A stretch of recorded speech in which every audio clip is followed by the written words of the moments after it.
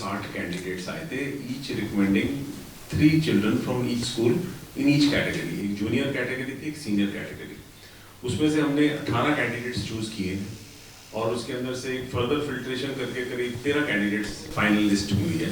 वो 13 की exhaustive training चल रही है इस वक्त। बच्चे 7 साल की उम्र से लेके 12th स्टैंडर्ड तक के 15-16 साल की उम्र तक सारे बच्चे हैं। दे आर वेरी टैलेंटेड, बहुत अच्छे हैं। अब उनकी ट्रेनिंग पूरी कंप्लीट होके हम एक बहुत बड़ा आपके सामने प्रस्तुति करने जा रहे हैं उनकी टैलेंट की। That will be on 14th जनवरी। तो ये LSS का एक टैलेंट हब का फर्स्ट वोकल अभियान जिसे कहते हैं वो है। उसके बाद जैसे राय साहब कह रहे हैं कि कल को थिएटर के अंदर वर्कशॉप्स हम करना चाहते हैं और वो सब टाई अप्स करेंगे, वो करेंगे। तो इस तरह से इस साल के 2 इम्पोर्टेंट प्रोग्राम्स जो ये बहुत इम्पोर्टेंट, ये हम हमारे टैलेंट हब के अंदर हो गए, बहुत अच्छी बात है। और this will give a new impetus और नई डायरेक्शन देंगे हमें LSS के। आप ये नहीं घबराइए कि बॉम्बे को छोड़ दें, बॉम्बे का बड़े से बड़ा नाम आएगा, आज भी बहुत बड़ा नाम है। इसके अलावा एक और काम, आजकल ऑटोबायोग्राफी या बहुत पॉपुलर फिल्में उसी हिट होती हैं।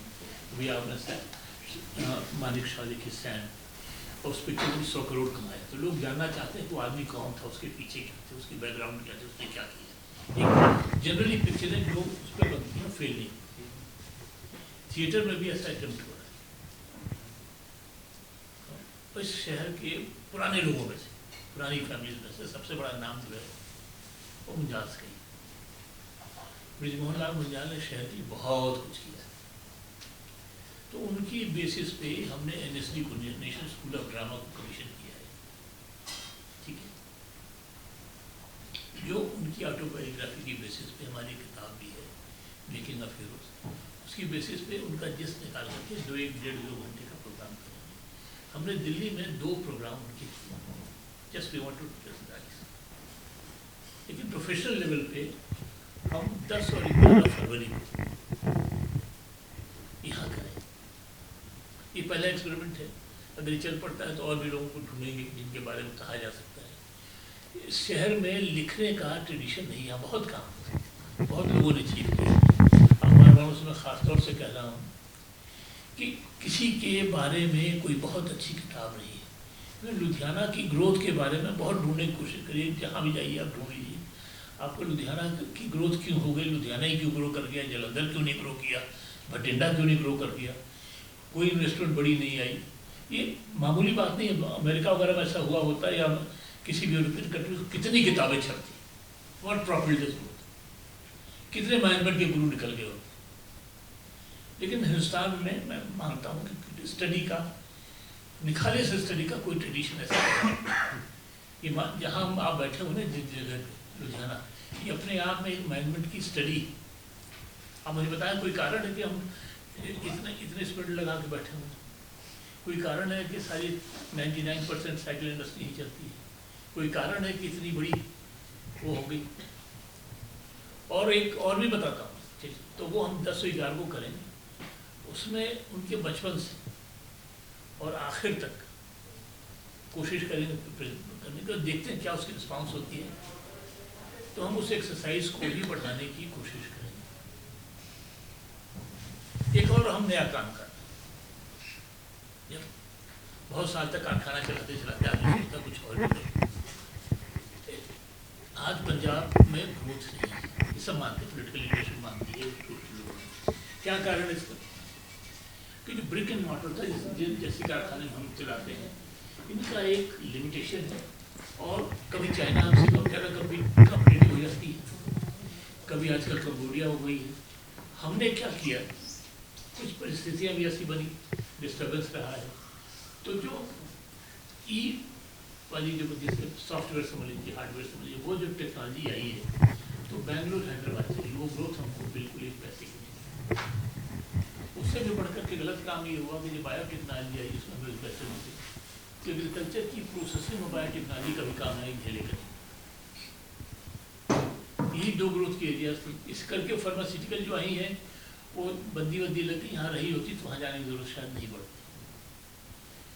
तो हम as a social cause, Birmingham City University है जिसका बड़ा अच्छा नाम है मिडवेस्ट में, उसके साथ ही कोलैबोरेशन किए और सच मानिए कि हमने पहला कोर्स मेटावर्स मेटावर्स कुछ दिन के बाद मेटावर्स को जिसके नाम पे फेसबुक का उसने बदल दिया फिर आजकल तो मेटावर्स का एक हमने 15 महीने का 16 महीने का एक कोर्स यहाँ स्टार्ट करना उसके साथ डिजिटल लीडरशिप के बहुत सारे कोर्सेज करना। डिजिटल लीडरशिप नॉट स्मार्ट मसला उसमें क्या है फिर वही लुधियाने की बात यहाँ ट्रेडिशन ही है कि पोस्ट ग्रेजुएशन जिससे आप बात करें 1,50,000 लड़का इस पंजाब से कनाडा जाता है और कुछ नहीं करता और बेचारा धक्के खाता रहता उसको अपनी चॉइस का कोर्स तक नहीं मिलता और वहाँ मुश्किल है। लेकिन पोस्ट ग्रेजुएशन यहाँ इंफॉर्मेशन मतलब हायर लेवल पे जाने का बहुत ज़्यादा काम करने का हम मौका नहीं मिलता तो हम हिम्मत कर रहे हैं पैसे कमाने वाला साधन हम उस पर शुरू करेंगे उसके पीछे बैकवर्ड भी शुरू करेंगे और शॉर्ट टर्म हमने किया 750 बच्चों को हमने ट्रेन किया उसमें से कुछ लड़के ऑलरेडी चले गए उस ऑर्गेनाइजेशन का नाम है MBCIE Munjal Birmingham City university institute of entrepreneurship उसमें ही हम शुरू करें और मैं जिस जोश में आज आया हूँ ये कह रहे एक अटल इनोवेशन मिशन कभी आप लोग नाम सुना वो एक उसमें for the first time in Punjab MBCI will to be their center Atal innovation centre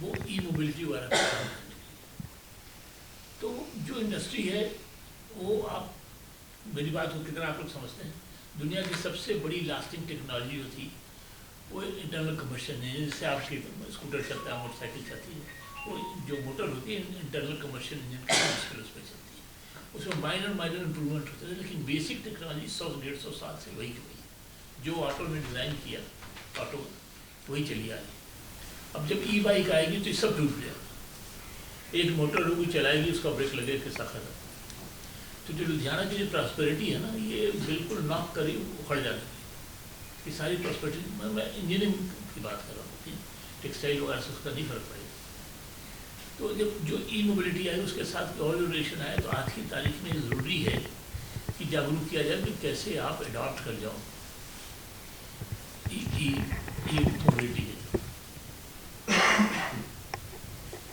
ठीक है तो उसके लिए ही मोदी सरकार कह लीजिए आजकल जो कुछ भी होता है मोदी सरकार ही करती है माफ कीजिए तो उनकी तरफ से ये इनिशिएटिव आया अटल इनोवेशन सेंटर लुधियाना में हमको मतलब हीरो को नहीं मिला है MBCI जिसका